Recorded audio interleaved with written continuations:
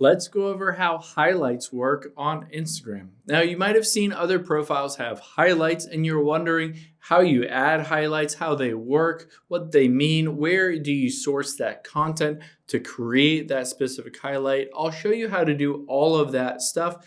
But first, hit that subscribe button down below. It really helps me out a lot. Thanks, guys.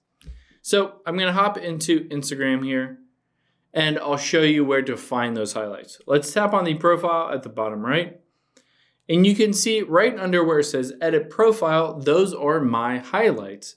And what they are basically are stories that you have created that you want to keep around for essentially forever. So normally highlights are removed after 24 hours. Nobody else can see them, but they go into your stories archive, and then you can add them as story highlights. So if I tap on any of these, it basically just shows that story over again, even though that story has expired.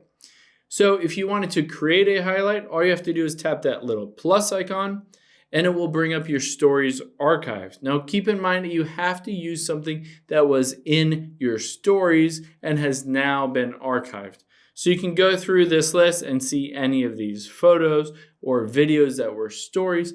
If you wanted to create something that you wanted to put in your highlight, you can always create a story. Maybe you can only share it with one specific person, so it's not broadly distributed to all of your followers.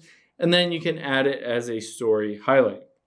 So say I wanted to add one of these orchids, I can just tap it and hit next here, and then hit add. Of course, you can change the cover photo. You can change the name, all of that stuff. But now, essentially, somebody who comes to my profile will be able to see this specific orchid highlight, and they'll be able to go through all of those different highlights. A lot of times people lump together certain highlights, maybe from a vacation or a trip or a conference or a certain stage of life, anything like that. But it's basically a way to keep your stories around a little bit longer. Hope this helps. If you have any questions on that, leave them in the comments down below, and I'll catch you on the next one.